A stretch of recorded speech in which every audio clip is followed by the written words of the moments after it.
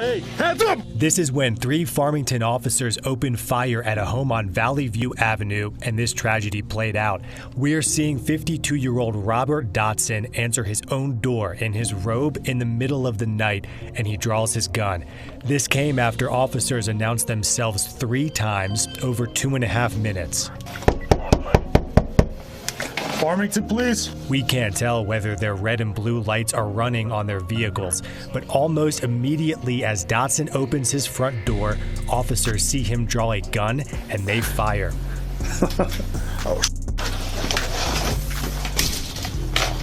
Hey! What's up, YouTube? Welcome to Visible Truth Media, and I'm your host, 30 God. I got a question for you guys, and I always got questions for you, but I really need y'all to pay attention to this question. What would you do if someone was to knock on your door around 11:30 p.m., unannounced, out of nowhere? How would you react? Would you say it was a bad idea to go to your door with a firearm, not knowing who's knocking at your door, but they're knocking pretty loud? If your answer was no, then you probably would do what I do. That's what this man did right here. His name is Robert Dotson. He lost his life in the process of protecting his home, from his perspective, by New Mexico police. He did not commit any crimes. So why was he murdered?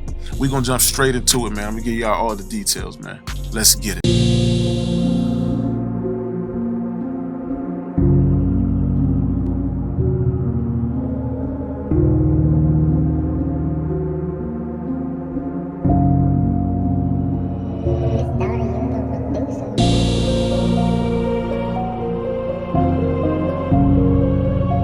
Authorities are investigating the shooting of a man killed by police at his northwestern New Mexico home after they arrived at the wrong address, police said. You heard it, the wrong address. Robert Dotson, 52, was killed on a Wednesday night by officers with the Farmington Police Department after they received a call reporting a domestic violence incident around 11:30 p.m. and went to his house instead of the house across the street.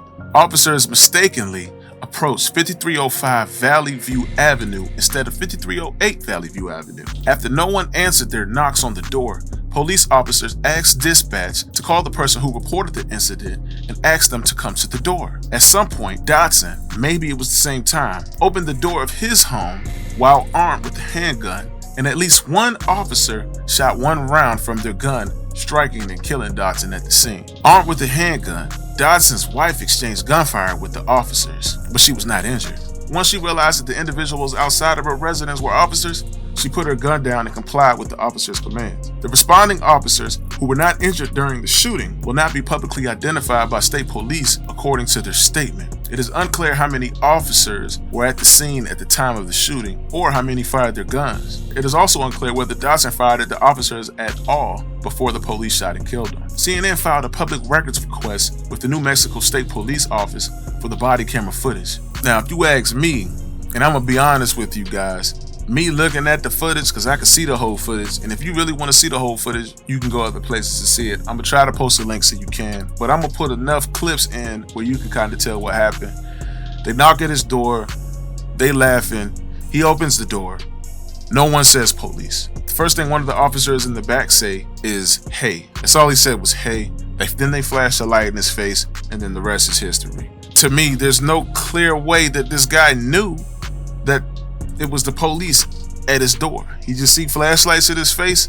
He could probably see multiple assailants, and that's it. So I would say that they're in the dead wrong on how this happened. This is the second case of the wrong location in a week. The killing of Dotson and other recent cases highlight the dangerous consequences that can result when police activity at the wrong address causes an armed innocent individual to confront authorities whom they may suspect to be criminals posing a threat. Whether responding to calls for service or executing a planned arrest, law enforcement officers are trained in the importance of verifying both information leading them to a particular location as well as exercising due diligence to confirm that they are in the proper location. So why did this happen? Dotson's fatal police shooting occurred a day after a similar controversial case of authorities targeting the wrong location. FBI and U.S. Army tactical personnel conducting a training exercise in Boston on the day before raided a hotel room, detaining an innocent Delta Airlines employee based on what authorities described as an inaccurate information. Another fun fact, in December 2021, Chicago City Council approved a nearly $3 million settlement for a nurse whose home was mistakenly targeted in a botched raid based on bad information from an informant. Police body camera video showed a naked, distraught woman handcuffed and questioned by authorities as she tried to explain to the officers they had the wrong address. That's just a fun fact.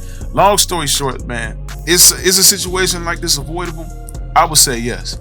For example, my house, I have 24/7 surveillance around my home. So maybe in a situation, for you to avoid a situation like this, it might cost money. You shouldn't have to, but I would say have surveillance around your home.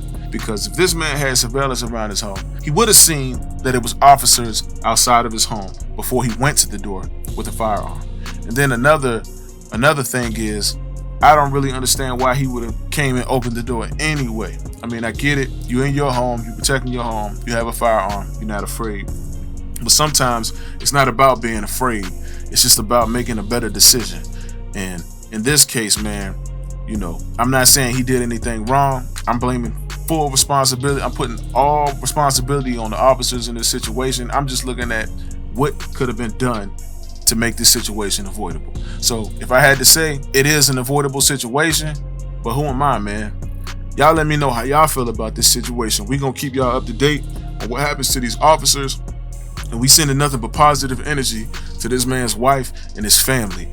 And you know, another thing is, did they even go to the house across the street after the domestic violence thing happened? Because I didn't see anything else about that.